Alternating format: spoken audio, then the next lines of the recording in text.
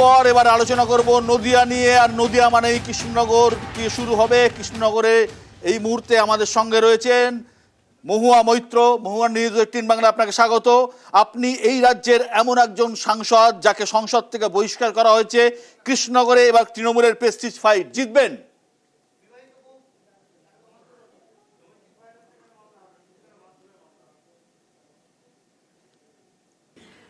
আপনি তো আমার সাথে এসেছেন আগে একদিন ফুল ডে কভার করেছেন, তো আমি আপনাকে সেই জিপের সেই 44 ডিগ্রি গরমের সেই দিনের শেষে কি বলেছিলাম যে আমি 65,000 মার্জিনে গত বছর জিতেছিলাম গতবার, এবার তার থেকে বেশি মার্জিনে জিতবো।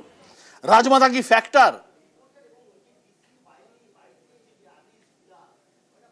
কোন রাজার মা আমি তো এখনো সেটা বুঝতে পারলাম না, তা কি ফ্যাক্টর হবে তা তো আরোই বুঝতে পারছি না, কারণ আমি ভোট করেছি, আমি দেখেছি, এখন ভোটের বাক্সেই বলবে তিনি কি ফ্যাক্টর হবে।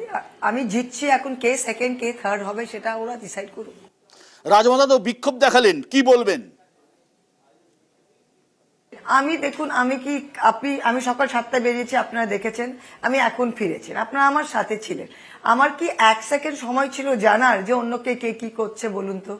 আমি কৃষ্ণনগর আপনার দিগনগর থেকে শুরু করে ধুবুলিয়ার ওপর দিয়ে গিয়ে নাকাশিপাড়া পাটকে বাড়ি গিয়ে দিয়ে কালীগঞ্জ হাটগাছা দিয়ে গিয়ে পলাশিপাড়া বার্নিয়ার ওপর দিয়ে দিয়ে পলাশিপাড়া গোপীনাথপুর হয়ে বেতাই হয়ে তেহট্ট হয়ে তরণীপুর হয়ে চাপড়া হয়ে দোয়ের বাজার হয়ে কৃষ্ণনগর টাউনে ঢুকলাম। তা এই আমি 9 ঘন্টা রাস্তায় ছিলাম, তো আমি কি করে জানি অন্যজন কি করছিল? দলের সমস্ত নেতাকে কি আপনি পাশে পেয়েছেন? হ্যাঁ, অফকোর্স। আর দলের দেখুন সমস্ত নেতা, মমতা ব্যানার্জি আমার নাম প্রথমে ঘোষণা করেছেন, তিনি প্রথমে এসে এখানে কিক অফ ক্যাম্পেইন করেছেন, অভিষেক এসেছে, আর ব্রাত্যদা আমার জন্য একটা টাউনে দারুণ মিটিং করেছেন।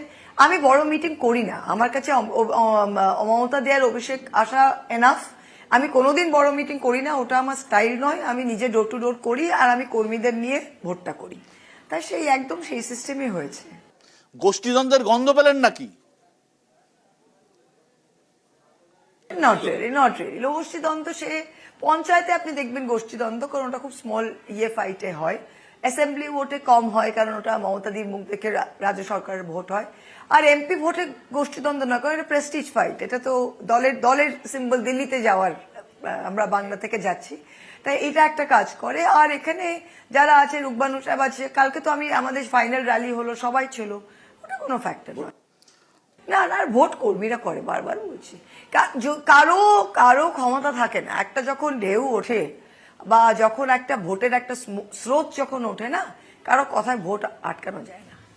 আপনার কেন্দ্র পলাশিপাড়া, সেখানে অভিযোগ উঠেছে ইভিএম নিয়ে, তৃণমূলে ভোট দিলে নাকি পদ্ম ফুলে যাচ্ছে। ওটা বুথ নম্বর 59 পলসন্ডা 1 জিপিতে, পলাশিপাড়া বিধানসভা পলসন্ডা 1 জিপিতে 59 নম্বর বুথে 244টা ভোট পড়েছিল, ঠিক ছিল, 244টা ভোট এরপর 244 283 যেটা হলো, সেটাতে আপনার 3তে দিলে ওটা 2তে যাচ্ছিল, তো সেটা আমরা ধরে ফেলেছি। তা আমিও স্পেশাল অবজারভারের সাথে কথা বললাম, আমরা রিপোর্ট দিলাম, সেই ইভিএমটা আমরা চেঞ্জ করেছি, এটা আমরা চেঞ্জ করেছি, হ্যাঁ বলেছে। তো এটা সতর্ক থাকতে হবে, আমরা তো বরাবরই বলে এসেছি যে ম্যাল ফাংশন, দেখুন সবকিছু তো কেন্দ্র সরকারের হাতে, ইসিআই তাদের হাতে, ইভিএম তাদের হাতে, যারা প্রোগ্রাম করে সবাই তাদের হাতে, তো এখন আমাদের সতর্ক থাকা ছাড়া তো আর কোনো উপায় নেই। এবার জিততে না পারলে মহুয়া মৈত্রের রাজনৈতিক ভবিষ্যৎ কি? দেখুন, মাসির গোপ হলে মেশো হয়ে যেতেন, তা আমি জিতছি, এখন না জিতলে কি হতো সে আর কি বলবো বলো। অনেক অনেক ধন্যবাদ মহুয়া, আপনাকে আমাদের সঙ্গে থাকার জন্য।